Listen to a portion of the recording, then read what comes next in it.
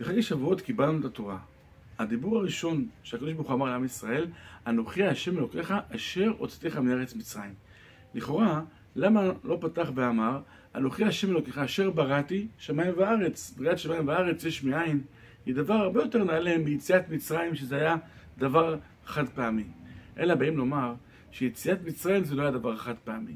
יציאת מצרים זה מצב שאדם יוצא מהמצרים וההגבלות שלו.